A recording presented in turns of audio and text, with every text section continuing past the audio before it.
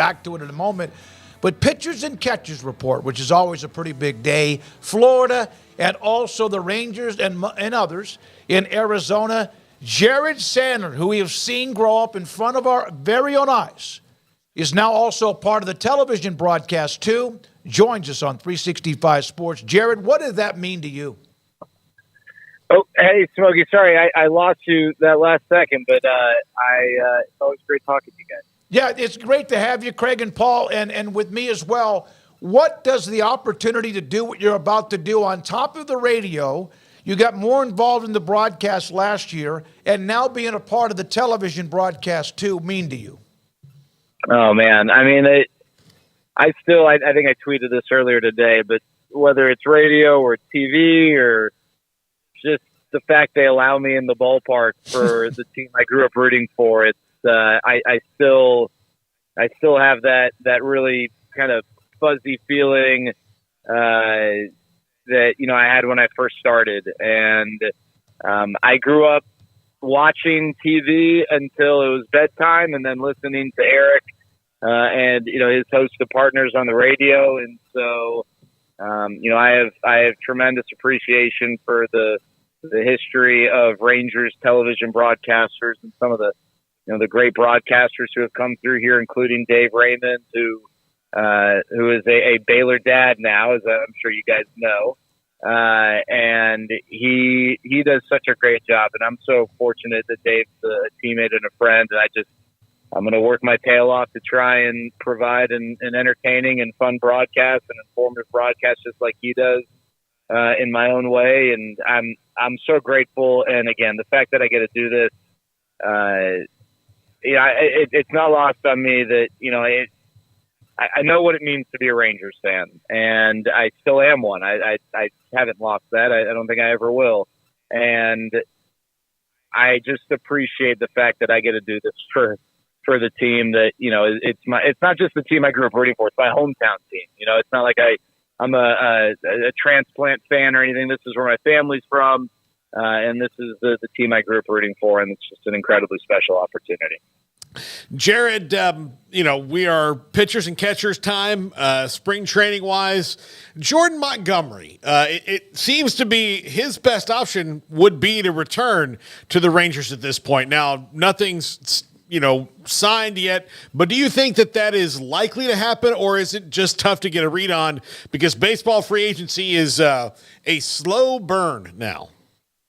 Yeah, Scott Boras has really pressed the slow motion button on this with all the clients, Bellinger, Montgomery, Snell. I mean, these are his guys, and he's not quick to put pen to paper, that's for sure. I'll be honest, going into the offseason, I didn't think there was a good chance Jordan Montgomery would be back, and I still don't. I do think that arrow is pointing towards coming back with each passing day, but I still don't think it's, in my estimation, over, 50% chance. It's just tough to get a read on it. The financial situation is, it's tough to interpret, with the Bally stuff and everything. And I also think, the only thing I'd say is whether or not he returns, the biggest mistake that I've seen in the assessment of Jordan Montgomery and the Rangers is the idea or the notion that the only reason he's not a Ranger is because of the TV deal. I think the Rangers, while they love Jordan Montgomery and they will always have an affection for Jordan Montgomery with, what he did last year, and would be pumped for him to be in the rotation, I think there are baseball reasons as to why it's not a no-brainer. He's north of 30, and, if you guys remember, during the regular season, the Rangers, and they were the only team who felt this way. I think the Cardinals felt this way as well.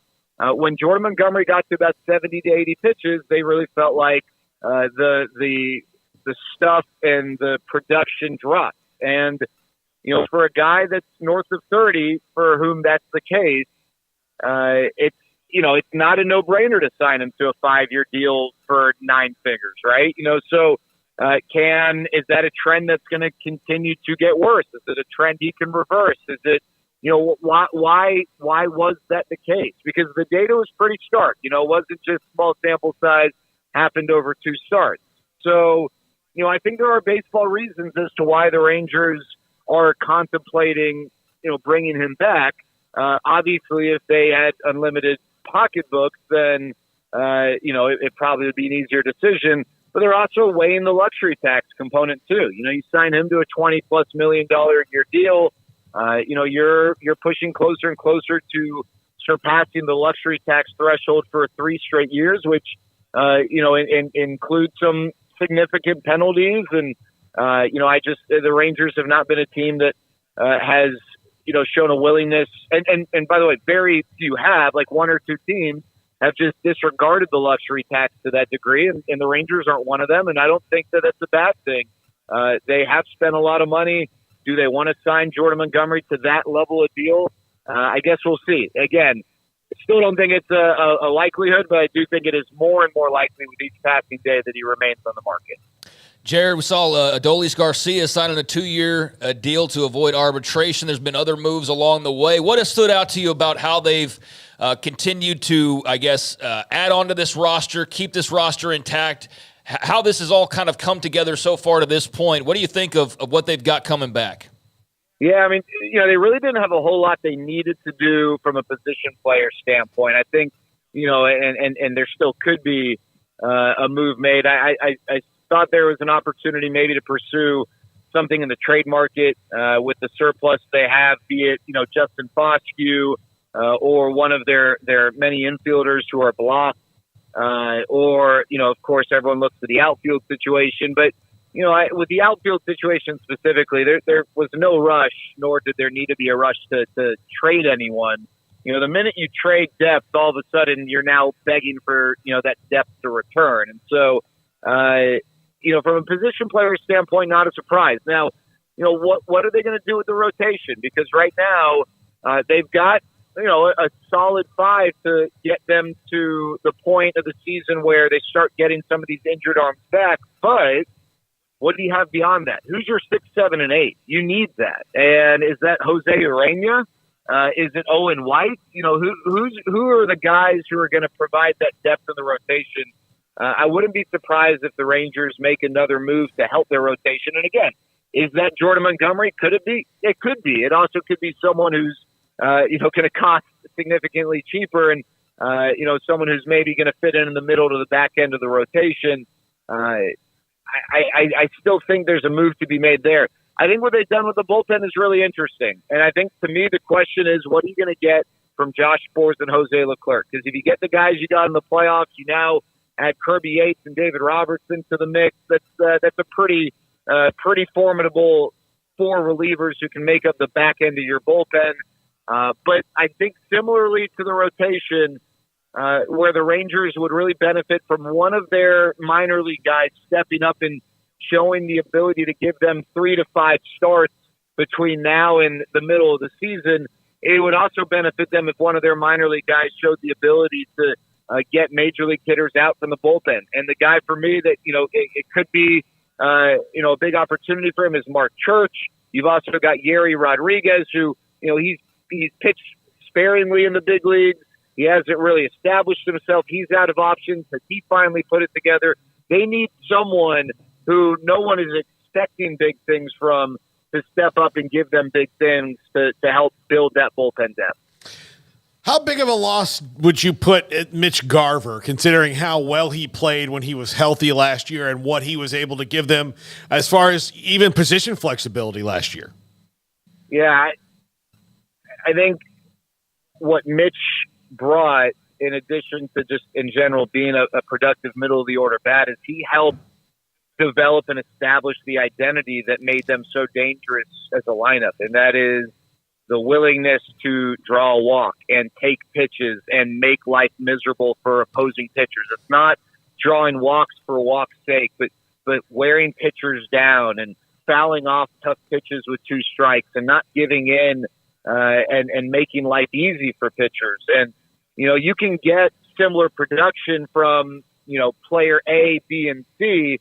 And if player A is Mitch Garver, you could still make a case that he might be more valuable than players B and C because of the way he, works counts and the way he fits with this team and this team's identity. So I think it's a loss in that regard. Now, with that said, Mitch Garver's a good player. you're not missing out on anything, outside of the batter's box. He wasn't a threat on the bases. He did a nice job as needed behind the plate, but that's not really a strength of his.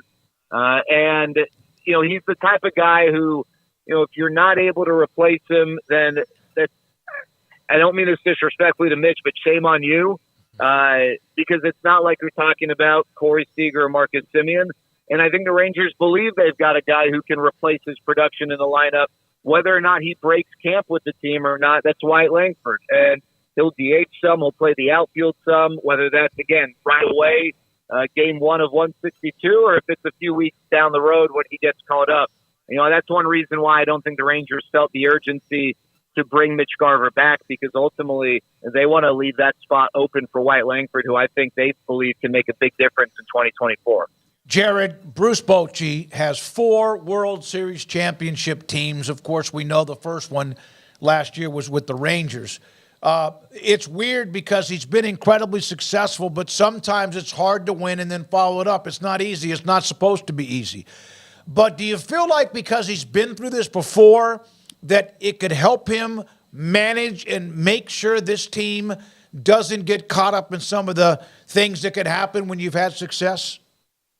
Yeah, remember Bruce Bochy was on the every other year plan there for a 5-year stretch. So maybe you should put your money on 2025. It is so tough to repeat, and I think why in baseball is it tough to repeat? Maybe other than they're different than other sports.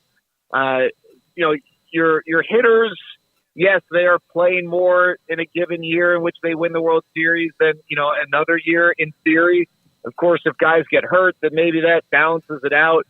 But a lot of it's the pitching side of it.